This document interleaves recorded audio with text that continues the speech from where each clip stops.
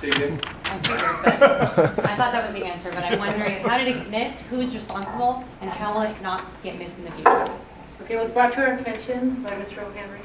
And it's a interdiscipline process, meaning as the Director of People Personnel, I collect information for different departments from curriculum and instruction related to textbooks, from the HR department related to qualified teachers, and individual principals also go through the SARC and reflect their site programs, and then the business office provides this information, the purple, I'm sorry, I can't even Per speak. pupil expenditures. Thank you. And so in the 2009-10, it seems like that was the last time the numbers were revised. So I went through the process, I started in July, and collected information from every program. That was the one area that wasn't collected as far as actual, up-to-date information. So yes, it was brought up by Mr. Henry, but now we're working together in terms of different departments, know where the oversight was, and we'll ensure that doesn't happen again. Is the report card meant to be reported to parents, or is it reported to like the State Department of Education? Yes, it's a school accountability report card. So it's published on the websites, available February 1st every year, and it reflects the information from the previous school year. So we go through a process where it's the information is updated. All the information that you see now is the prior school year, and then the public has access to it February 1st. Is there some sort of retribution? Well, that's what we're doing. Reporting incorrect information to the state? Well, we're going back 5 years worth of information to update it. Although we're not required by the state, we're doing it in response to public concerns. So there's no like Money back or anything? No. In fact, you can find some school districts in the county that haven't even published them. Yeah. They're not even out there. So why do we publish them? Well, It's the right thing Just to for do. parents? It's the law. It is the law. But nobody follows. It's the law, but as far as oversight from the state, they don't have the personnel to come over and say, Yeah. hey. So we're, It's like being responsive, doing our jobs. We've made mistakes, we're recognizing them, we're going back in, Thank you. doing all the work necessary to reflect, the mistakes. You had a question, sir? Well, this is a lot of work, so I thank you for that, and I'm sure just because of the amount of work, it really won't happen again. Yeah, we'll remember. Yeah, I'm sorry that it's fallen on you on that. Okay, so, One question would be, since the SARCs are still kind of on there, Yes. kind of on the, and I know it might take some time, Correct. I think it might be good to take them down if they're not revised, because when it was talked about before, they were to be revised on March 30th, which the amount of work, I think I came to the last meeting or 2 meetings ago and just said, you have this timeline, and it's totally understandable if you don't miss a timeline, but when each of the timelines didn't happen in the last meeting, there was supposed to be an update. we have them ready to publish, but every time we go through them, it's another revision. Okay. So, and it's a process, because we have a company that I submit the information to, they revise it in PDF form, they submit it back, then I go to the tech department, then they submit it. So there's like 3 steps to get a revision updated live on the website. So we've already found different things, so. Maybe you could say, like, just for the public, because it is about giving the public information. And so I just knew the financials were different because we went through a state recession. Yeah. And my kids Correct. classes were getting larger, so I knew that the numbers weren't the same. And so maybe you could just put up on the website to say financials are being updated or something, because when people go on there, they look at them and that's the information they're getting. So even if it can't be done, if that could be done, that would be great Okay. in the interim. Anything else? Any other questions? Thank you. Okay, moving to the next item. Next item is action items, administration. Okay, we have here as a first action item, the Brown Act implementation. At this time, the administration is recommending to the Board of Education to follow and maintain and implement the Brown Act as has been intended. That's your recommendation to the, let me make a statement as president of the board, and to reflect a little bit and also bring it to the present. Again, on March 23rd, the board received a Brown Act cease and desist letter on April the 13th. I, as president, addressed the community stating that the board is doing its best and will continue to respect the Brown Act. To avoid future confusion, the board will implement the policy in place of fidelity, meaning allowing up to 20 minutes maximum for public input per item. That's per item. I want to thank you very much and present that on behalf of the Board of Education. Okay. Do you have any questions or comments? And your name, please. So noted on the record, this statement, and I'll give it to you in writing. Okay. Frank Garden, Mission Park Elementary School. I'm not sure what you're doing here. There's nothing in the packet about this resolution that you're passing. Wasn't in our packets. It was in the packet? It was not. Yeah, I didn't see anything. We didn't get a chance to review this document, and I'm not even sure that this complies with the Brown Act requirements. What I delivered in the letter on March 23rd was actually a cease and desist and a request for an unconditional commitment. If you read the law, I don't know, maybe this is something you should actually talk to the attorneys about, but if you read the law, it states specifically all you need to do is pass a resolution on your agenda and make an unconditional commitment to follow the Brown Act going forward. You don't even need to admit that there was a violation. And it insulates you from any lawsuit. It's not like I have a lot of money and we're going to go get an attorney and force you to follow the Brown Act, but what we'd like to see is more than you amending, or I don't even know what you're doing. You said you're implementing the Brown Act, but it was implemented in 1953, so you should be following it. Anyway, I'd just like to see the document that you're basing this on before you take any action, so that, in the interest of full disclosure to the public, so that we can analyze what you're doing and not be limiting the public comments to 20 minutes per agenda item, because I don't think that's legal. Okay, thank you very much for your statement. Yes, ma'am.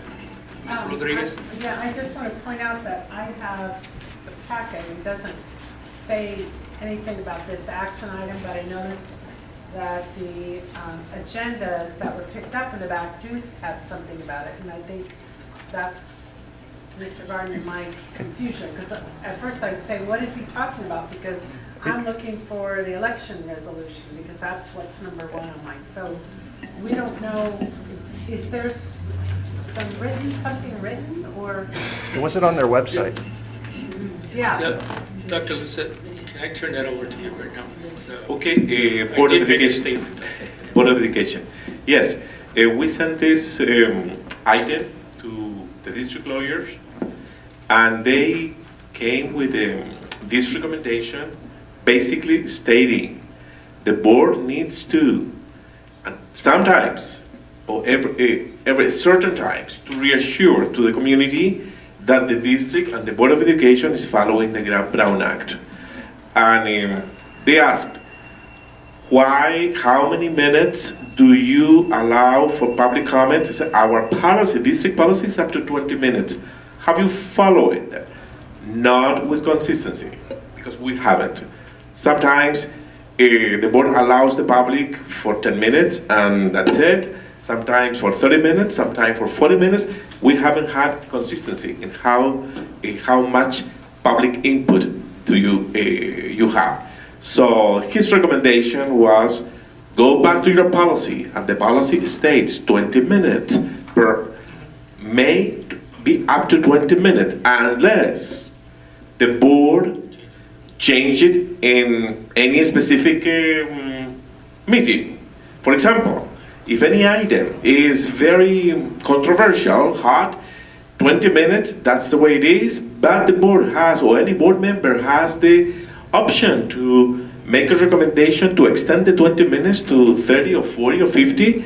In that meeting, if the board agree with that, yeah, the discussion and the public input can go up to whatever the board decided in that meeting.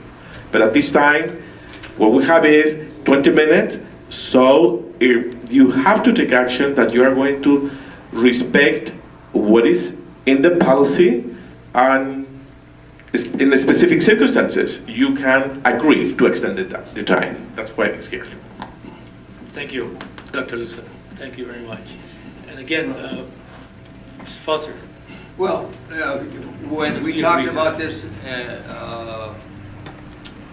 agendizing this item, we talked about just saying, yes, we have always intended to follow the Brown Act, and we want to continue to follow the Brown Act, and we may have made a mistake in the past, but we don't know about that for sure, but we intend, that's what I thought tonight we were going to say, we intend to always follow the Brown Act. And this other 20-minute stuff is just, to me, is superfluous. It's in our policy. Yeah, but I mean, But we can change that. it's understood. But I mean, but we can't change the Brown Act. I mean, we don't want to challenge the Brown Act, no. Ms. Barnes? Oh, go ahead. This Name, is please. Sean Henry. This is actually what it's been. The question was never about how much time. It's not about having an hour versus for comments. The actual concern was, like for today, to speak, it's very clear. You're to speak on non-agenda items right at the beginning, and that's where that extended period of time is. And then there's many different items that people come to speak to. So today, Mr. Garcia allowed me to speak on this item and on the previous item.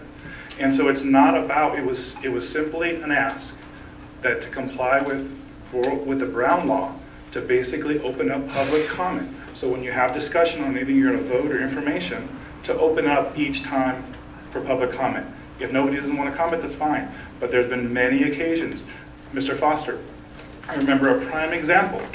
Back when we were talking about the textbooks and passing the resolution with a 5-minute presentation about how every student had the materials that they needed. And I actually timed it. Between the time that Ms. Sanders finished and the vote was done, it was 45 seconds. And a teacher bravely spoke up and said, wait a minute, I don't have books in my classroom. And 4 of them didn't have books in their classroom. And Mr. Foster, you specifically said, if we would have known that, we might not have voted for this item to say that we had adequate materials if we would have spoken up. But unless you're very persistent or dogged, like some people, and even then, sometimes you don't get the opportunity to speak and give input on things that you're voting. So there's times that you've not gotten the community's input when they maybe would have been very helpful for you. So it's not about endless discussion, it's just opening up to the public to give discussion on the items that you're voting on or presenting information on. Thank you. Ms. Barnes, yes. I just want to make one comment, but I do want to add that after the 20 minutes and you close public comment and it comes back to the board to vote, there's no more public comment after that. And I think sometimes there's a misunderstanding about that. Once the public comment is closed, it comes here and you're voting, then that's where it is. People can't interject once the board closes public comment. But if it never was So I opened just up in the wanted first to, place. excuse me, I just wanted to make that comment. Right. Thank you very much. They never Ms. opened Barnes. it up. They never opened it up. Yeah. Do I get a second on this motion? Or is first reading? It's an action item. Okay, move approval for the Brown Act implementation. Ms. Rodriguez? I just had a question. Okay, so part of the problem is that sometimes it's not open for public comment, but at the end, is there supposed to say, is the president supposed to say public comment is closed? Because I think sometimes what you're saying is if we are interjecting because it's kind of a free-for-all, it hasn't really been said that public comment is closed. So we don't know where we are in the process. So it's really not what we're doing out here, it's what's going on up there. No, I agree. I'm just saying that's how it should be. It should be clear that once Well- you do the 20 minutes, you say public comment is now closed, and then, Okay. so it's clear. You know, I Okay, agree but there with you. should be like, something comment. should be said. that Absolutely. It's closed. Absolutely. Okay, Working because on I'm that, too. trying to understand Yeah, the whole no, process. that's true. Thank you very much, Ms. Rodriguez. Okay, I heard a motion. I moved. Okay, Ms. Barnes? Move approval of the Brown Act implementation. Okay, we have a motion to vote. And by this, we mean we will be following the Brown Act, is that right? Exactly. My We statement- will continue to follow the Brown Act, yes. We have been, and from time to time we make mistakes, but that's fine. Okay, I got a motion and a second. All those in favor? Aye. Aye. 3-0, 2 absences. Excuse absences.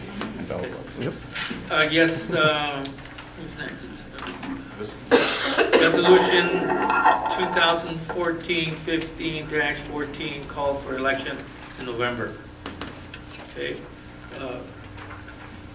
Colleagues? If it pleases the board, I'll read the resolution. Okay. There is one typo, line 2 of the first paragraph, whereas it should be 2015 and not 2105. We hope to do the election this year. Resolution number 2014/15-14. Whereas Section 5000 Education Code calls for a regular biennial election for the purpose of electing members of this governing board to be held on November 3, 2015, and whereas Section 5322 of Education Code requires this governing board to order elections held in this district, and whereas there will be a total of 2 offices within this district to be filled at said election, said offices now filled by the following board members: Nathan Larison, term ending 2015, Trustee Area 2 on a 4-year term. Janet Barnes, term ending 2015, Trustee Area 4 on a 4-year term. Whereas Section 13307 of Election Code requires this governing board to fix and determine the number, 200 to 400, of the number of words that a candidate may submit on his candidate statement, and to determine if the district or the candidate will pay the cost of the statement. And whereas Section 5342 of Education Code authorizes the consolidation of school district elections with other elections held on the same day whose boundaries may totally or partially be coterminous within this district. Whereas Section 5016 of the California Education Code requires the district to decide in advance the method to be used in determining the winner when the final vote is tied between 2 or more candidates. Now therefore be it resolved, 1, that the Salinas City Elementary School District Governing Board hereby orders that an election be held on November 3, 2015 for the purpose of electing 2 members to this governing board. Number 2, that the governing board has resolved that all costs of the candidate's statement be paid by the candidate, and that no candidate may submit a statement of over 400 words in length. Number 3, this governing board further resolves that the candidate shall submit payment to the elections department on submission of the candidate's statement. Number 4, this governing board further resolves that the county superintendent of schools be authorized and requested to effect a consolidation of our election with any other election to be held on the same day whose boundaries are totally or partially contained within this district for the ease and convenience to our voters in casting their ballot and the possible election cost reduction to this district. Number 5, tie votes shall be determined by drawing lots as specified in Section 5016 of Education Code. Passed and adopted by the Governing Board of Salinas City Elementary School District on the 11th day of May 2015 by the following vote, and it's a roll call vote. Thank you, Mr. Stratton. Ms. Martin, comment? Dr. Lisa, I have a question. I'm not sure if this is an abstention for Nathan and I. So if it is, then we need to wait till the next meeting to do that. Just my question, because it's discussing us. I would say not. No. Okay, I don't know how you've done it in the past, and that's why I'm asking. Okay. It's not, okay. Just wanted to make sure. Okay. This is a, Okay, that's We have fine. a roll call vote. Okay, just wanted to make sure. yes. This is a roll call. Motion? Mr. Garcia, Yes. Mr. Hoffman, Yes. Mr. Kim, absent. Ms. Barnes, Yes. Mr. Larison, absent. So 3 yes, 2 absent, passed. Okay. Okay. Next. What? We have resolution 2014-15-15 through 2014-15-22. and that's retiree appreciation. Yes, Mr. President and Board of Trustees, this is very simple, standard procedure. Like every year, the district passed this resolution acknowledging employees who have worked in this district, in this example, from 18 years all the way to 48 years. So it's an action item to, the administration recommends that the board approved the retiree resolution 2014-15 through 2014-15, 22. It's a roll call to. Roll call. I'll move we approve. So second. Second, but I want to say something. I was trying to add it, my addition might be wrong, but if you add it all up, it's like 289 years of teaching years, and obviously Pat Willingham put it over the top at 48 years. That has to be a record. Okay, Mr. Garcia, Yes. I mean, 48 years? Mr. Hoffman, Yes. Kim absent, Mr. Larison absent, Ms. Barnes, Yes. passed 3-0, 3. Okay, next item, none. Next item, none. Next item, none. I want to remind us that we have 1, 2, 3 special board meetings coming up pretty soon, and a regular board meeting in June. Okay? So, any future agenda items in there? The only thing is the preschool issue. For the dual immersion that we talked earlier, make sure that that gets addressed. Yeah, we would like to get that cleared up. We want people here. Okay? Okay then, so adjournment. The time is 8:40, what? 42? Thank you.